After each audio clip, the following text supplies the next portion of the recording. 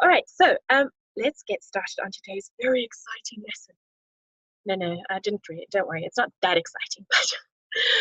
But for those of you who have been with me for a few sessions, I have to apologize to you because I'm still going to be going over discursive versus argumentative writing. Okay, so for those of you who are new to this session and who have never done any of the work, do not worry. Every time you come into a live lesson, you're going to learn something new. It does not matter where you are in the course. Every live lesson will benefit you in some way. So do not panic, okay? Just listen as closely as you can and send me a note for the lesson note afterwards if you want to, okay? And good morning to other students who are joining. Okay, all right. Thank you for letting me know that you're online. Now, last week I looked at some candidate responses. And I wanted to do that because although we've touched on certain concepts, we've looked at argumentative and discursive writing in some other lessons, today we'll actually look at a sample somebody has written. And sometimes when you look at other students and what they have produced, it gives you a better idea of the kinds of things you should be doing if you're gonna, when you sit the exam. So this booklet is a really great one. You can find it online for yourselves. It's the Example Candidate Responses booklet for IGCSE English. So if you search that in Google, you should be able to get hold of this PDF version of the book, okay, of the booklet.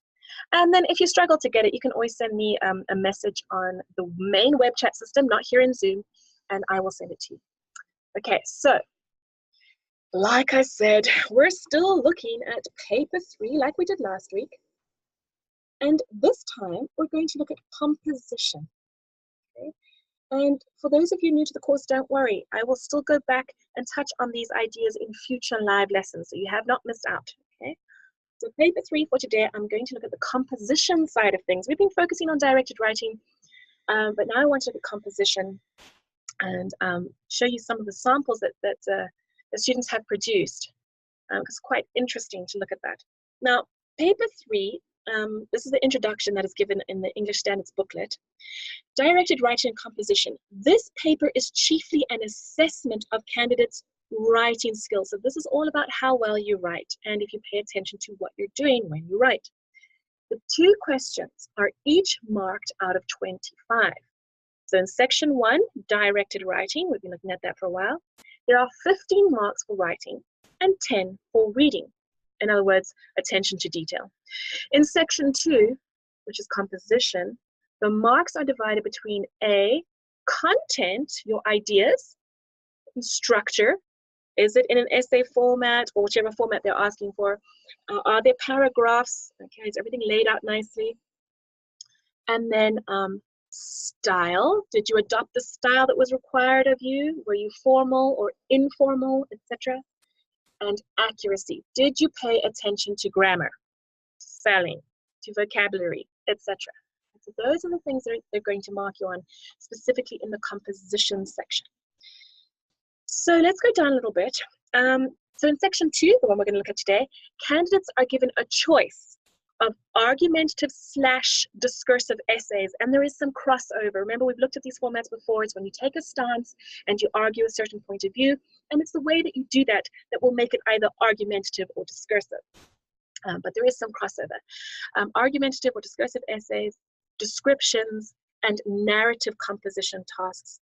And you have to choose one, because you're going to need to know where your strengths lie. Are you good at argumentative discursive essays? Are you good at describing a setting or describing people? Or are you good at writing stories? And whichever one of these is your strength, that's the one I would go for, okay? Know thyself, okay? This is important. As the ancient Greek philosopher once said, and I think it was Socrates, know thyself. If you know thyself, then you are going to be able to write an essay well, okay, not on something that you're unsure of. So the examiners looked for appropriate responses to the conventions of the chosen genre. So they wanted to see that you could give them what they're asking you for. Interesting, carefully developed subject matter. You must have a plan. You can't just start writing, and your marker will be able to tell whether you've had a plan or not. Okay? A balanced structure overall. and sound sequencing of ideas and events. In other words, you introduce an idea in some way and you develop it in a certain way to build up to some point that you're trying to make, or to finish off a story so that it ends on a cliffhanger or a climax, or whatever it's going to be. All right. A wide range of vocabulary. This is what they're very interested in, especially in this composition part of the exam, because this is how a marker tells whether you're widely read or not, and whether you care about English, okay, or any language. Vocabulary is very, very important. So if you've got it, use it, but make sure you use it in such a way that you show your marker you know what the word that you're using means, okay? Don't just throw in lovely sounding words but not know how to use them properly, okay? So it's all about using words properly. And hello to those of you that are late. Thank you for letting me know that you're here. Welcome. Well-structured sentences. So this is an important thing, and I always go on about sentence structures. When you get your marked work back, that I'm always talking about comma splice errors, sentence structure errors, incomplete sentences. It's very, very important that you know how to write a sentence. Okay, it might seem like a basic skill, but it's actually quite a tough one to master. And what else they're going to be looking for is accurate spelling, punctuation, and grammar. So this is all about paying attention to detail.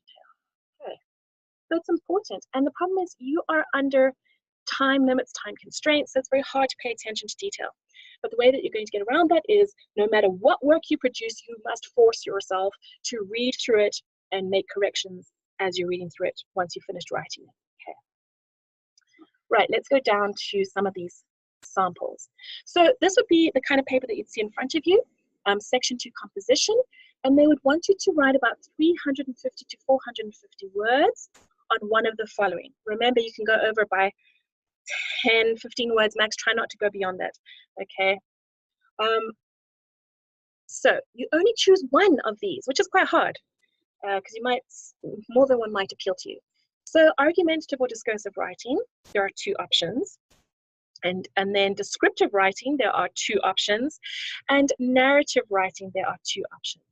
So go for the one that appeals most to you, that you feel that you can tackle well, and that you know is one of your strengths.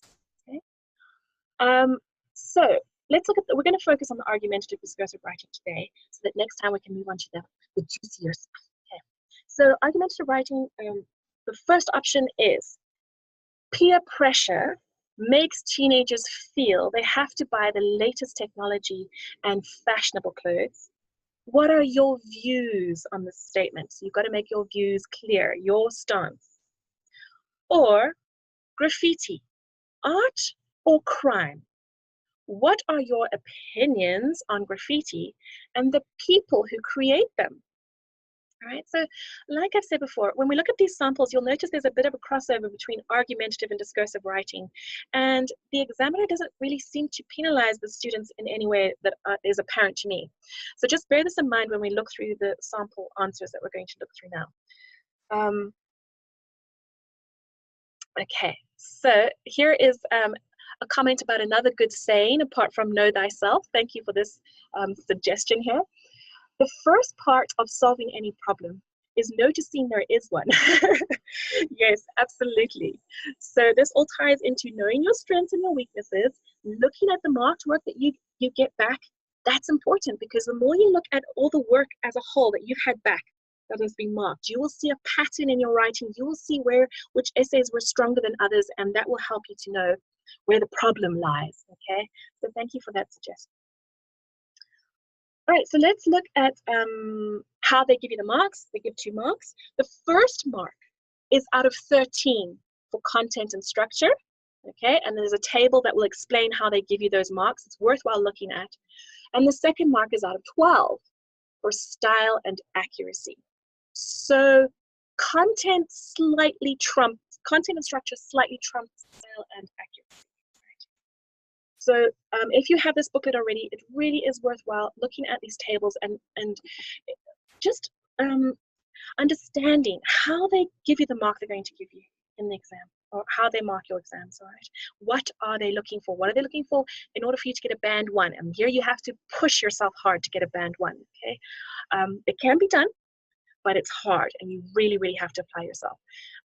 So look at the different types of writing they provide and how they will give you that band 1 or a band 2. And I'm hoping that most of you are aiming for a band 2 or band 1 mark, okay? A band 3 is also fine, okay? A band 3 is okay. It's all right. It's acceptable. But please try not to get band 4s, 5s, and 6s if you can possibly avoid it, okay? I know it's asking for a lot. Cambridge have these very high standards, but you know, if you're going to put in the work that you're putting in, you're coming to these lessons, you're getting all the marking back, do yourself a favor and earn all that, earn the reward from that effort, okay? Try and aim for at least band 3, okay? And here's the one for table B, style and accuracy. Have a look at that for yourself. Now, here is an example of a script. And this script is quite an interesting one. And the reason I want to show it to you is because I think it's written by a foreign language speaker. And what I mean by that is that English is not their home language. English is not even a second language. And a second language is when you're exposed to a language, but it's not your main language, but you hear it on a daily basis or it is spoken in your country.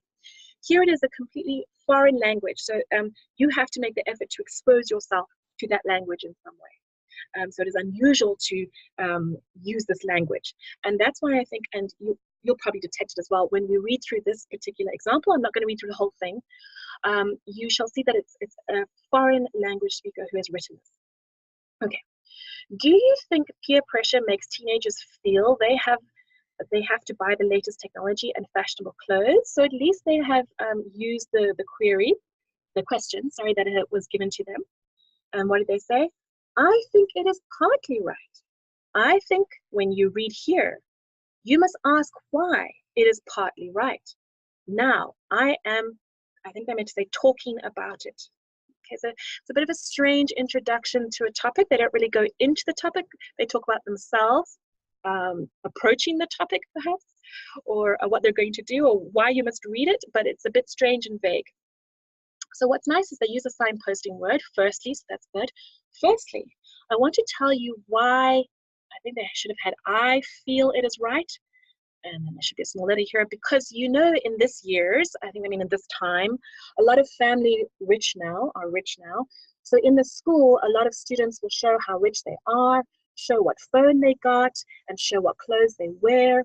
So if today someone shows things is better than other children, that children will go back home, tell parents and ask them buy more fashionable things. I think it is quite stupid, right? And they continue like this. And so your marker will already be alert to the fact that, okay, English is not your first language.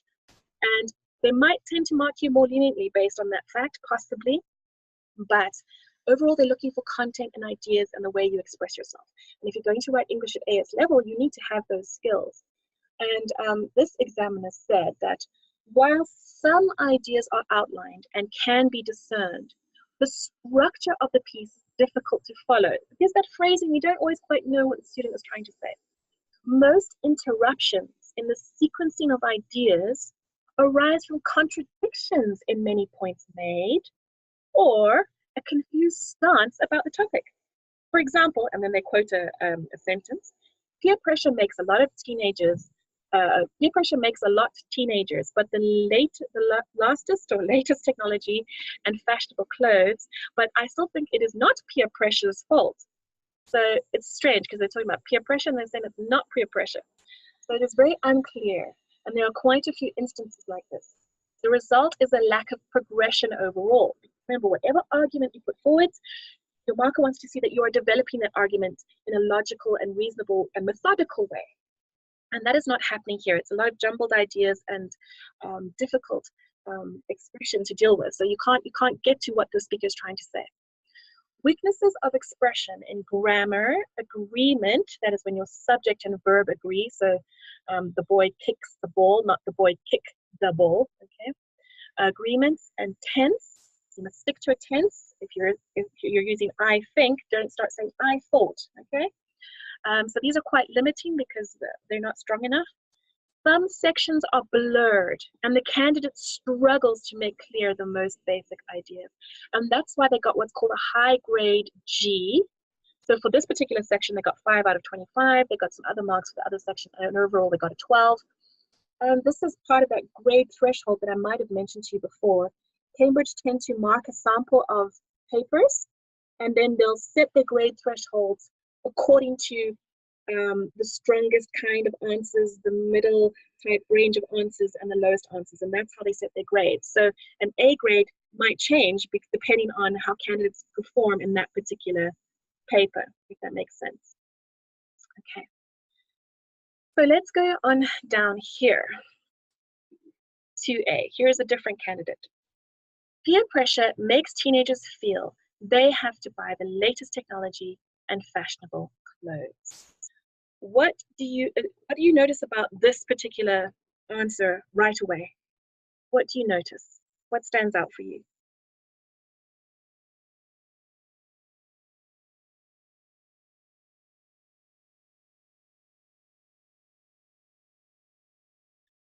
Any suggestions?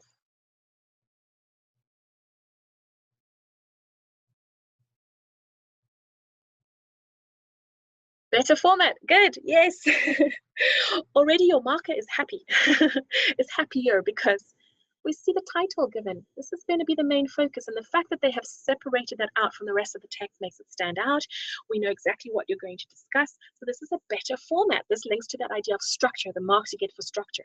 Good, okay. So let's have a look at that. Oh, they don't close the quotation, yes, and that should have been done. So that might have gotten a little, well, you wouldn't have been completely marked down for it, but it doesn't look great that the attention to detail is not being paid here.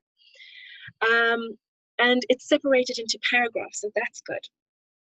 And I'm just going to let you know, before we actually read through this, that this candidate managed to get a B, a grade B, which is good, okay? Grade B. So let's read through it. I do agree with this statement. They're making their stance clear from the start. I do agree with this statement that teenagers feel they have to buy the latest technology and fashionable clothes, even though I am quite sad to say this, which is an interesting way to open up the paragraph. I am a teenager, so firsthand see the peer pressure to having the latest clothes and technology. Sounds a bit awkward, some of the expression there, but it's not bad. This peer pressure filters down from marketing companies and ends up with teenagers wanting these things just because their friends and peers have them. This essay will show why I agree with this statement, to why peer pressure makes teenagers feel they have to buy the latest technology and fashionable clothes. So it's quite a nice opening paragraph because they state their stance, they explore a few concepts, they touch on concepts which we hopefully will explore with them as the essay proceeds, and then they reaffirm what they're going to do in the essay, which is quite nice. It's a bit formulaic. It's not the most sort of imaginative opening, but it does the job. Okay, so that's what's interesting about it. Now they're going to go on to develop their argument. Many teenagers feel, as well as myself, that if you do not have the latest technology and fashionable clothes like your peers, what's wrong here? We see a little, I try not to point out the errors too much because I want you to think about the content. Okay, let's focus on content. So that like your peers, you may not be seen as cool and one of the cool people. And to many teenagers, this is what they want to be, cool and popular. Even though some teenagers have unique fashion, it is all having the latest things that in the end, many teenagers will copy because they feel the effects of peer pressure. Right, so that's one idea. Next idea. Peer pressure also makes teenagers feel they have to buy the latest fashion and technology because without these things, they feel they are prone to bullying from their peers. Okay, I'm just going to move this. I have seen bullying for the way someone dresses and the types of technology people have. And even though it is wrong and that people should be judged by who they are and not what they wear or have, bullying still goes on to those who do not wear the latest clothes or have the latest technology. Peer pressure is influenced by marketing, magazines, and television. If a celebrity starts a new trend or has a new piece of technology, then many teenagers try to replicate this and be like celebrities. So again, many teenagers feel the pressure from their peers to be like celebrities, and that it is the must-have thing. And teenagers feel if celebrities and their peers and friends have the latest clothes or technology, then they have to have it as well, sometimes no matter what the cost. Okay, some very long, convoluted sentences going on there. Markers tend not to like that. Finally, peer pressure also comes, and this is good, some more signposting. Finally, peer pressure also comes in the form of, if you don't have the latest piece of technology, you cannot be involved with or do the latest things. Teenagers can feel left out and isolated from certain things or groups if they do not have the latest clothes or technology. Here's the conclusion. Peer pressure is huge among teenagers to be stereotypical of each other and not to be different, as this may be seen as weird and uncool. So the sad fact is, peer pressure makes teenagers buy the latest technology and fashionable clothes to be like everyone else, to fit in and not be different. Okay, so this is a grade B answer. And I think content-wise, it's not bad. The student has explored, or the candidate has explored various ideas. They touch on the concept of marketing, although I think that could have been explored a bit more, media, different types of media, magazines, etc. They touch on bullying and they touch on peer pressure. So they do take a wider view of things, but I just think it could have been a bit more developed, a bit more interesting. Sometimes it just sounds repetitive. The same idea keeps getting repeated all the time, and that is quite tedious on some level. Let's have a look at what the marker said. This discursive piece starts well.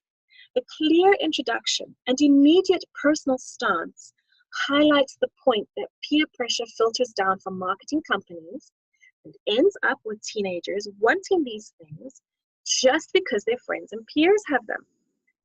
Following paragraphs are linked, well organized, and form a fairly cohesive argument that spans bullying, celebrity pressure, and feeling left out and isolated.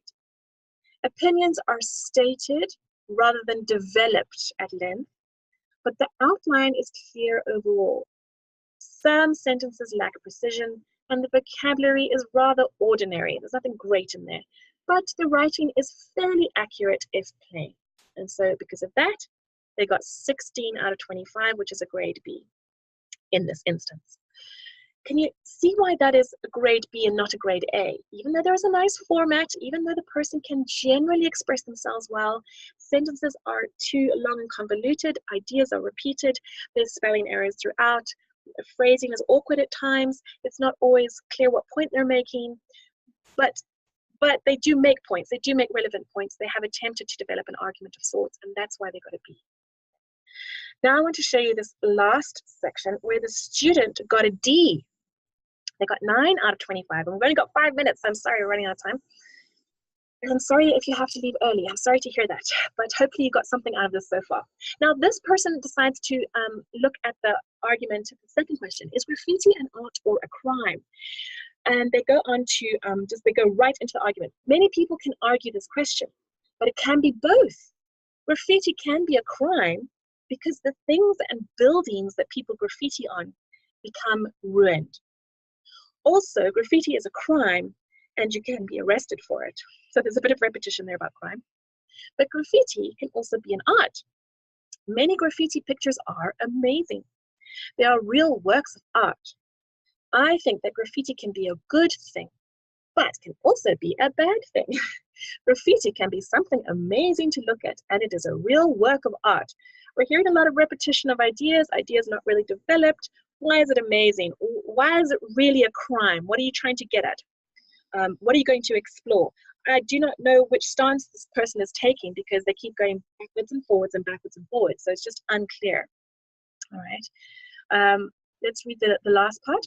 The truly amazing things people can make with a few cans of spray paint. Yes, what about them? So incomplete idea. Unfortunately, graffiti is also a bad thing. Some things people put graffiti on can be completely damaged and the paint will be hard to have come off. Some people put graffiti on bridges, businesses, walls, and maybe even sometimes on homes. There's a bit of a cheeky comment here about how this may sound like somebody's brother. Perhaps your brother is a bit indecisive when it comes to these things. So hopefully you're going to pass on these ideas to him, okay? Thanks for sharing that. Okay, so people who do this graffiti may be finding a different way to express their inner artist. Interesting idea. Maybe so that they don't get picked on by their friends because they are artists. But also they may be doing it just to fit in with their friends or a new group. So which is it, picked on or fit in? Okay. Some graffiti may be some of the best art you see. Why? Maybe people who do graffiti are just letting out their inner artist. Yes, you've said that already, but in a different way. In a different way? What way? This is vague. Explain what you mean. But it can also be a crime because it can do permanent damage to buildings and businesses. Okay, so what are the repercussions of that? Do they have to spend money clearing up the graffiti, money rebuilding things? Explore this a bit more. So economically, it's a bad thing, it's a negative thing. The debate for graffiti being a crime or an art can go on for years. Yes, I'm sure it could go on for years or centuries or aeons if it wanted to. Okay, but what is your point? Graffiti can be a crime or an art, yes, because graffiti can be a way of people letting out their inner artist. You said this. Maybe so that they don't get picked on by their friends. I know you said that, but also graffiti is illegal. Okay, here we go. Let's explore the criminal element. It can do damage to buildings and homes, yes, but what else? So the debate for graffiti being an art or a crime, yes. But if I had to choose between graffiti being an or a crime, I would have to say that graffiti is an art. Wow, okay, we finally got to this person's point of view. But it's just so tangled and it's woven like a web and it's just repetition and it's just this pendulum swinging from side to side. Now we've got 1 more minute, so I'm going to try to tell you very quickly what the examiner says. The introduction to this discursive essay suggests that there are indeed two sides to the argument and graffiti. However, there seems to be a lack of knowledge about the subject and this leads to vagueness and repetition throughout. The art aspect is constantly described as being amazing, although no reasons are offered as to why this is the case. There is also a list of where one can find graffiti, but the danger element or the criminal element is missed entirely, although a suggestion regarding the reasons why people graffiti is raised. The second half merely repeats all that has gone before, so you're not earning any marks. You really have to take a stance and build on it. Even if you do it in a discursive way, a subtle way, that's okay. The style is simple throughout, with many instances of wrong sentence separation or construction. The vocabulary is straightforward, and there are occasional spelling errors, and that is why this candidate got a grade D. But the whole point is that you need to choose something that is your strength.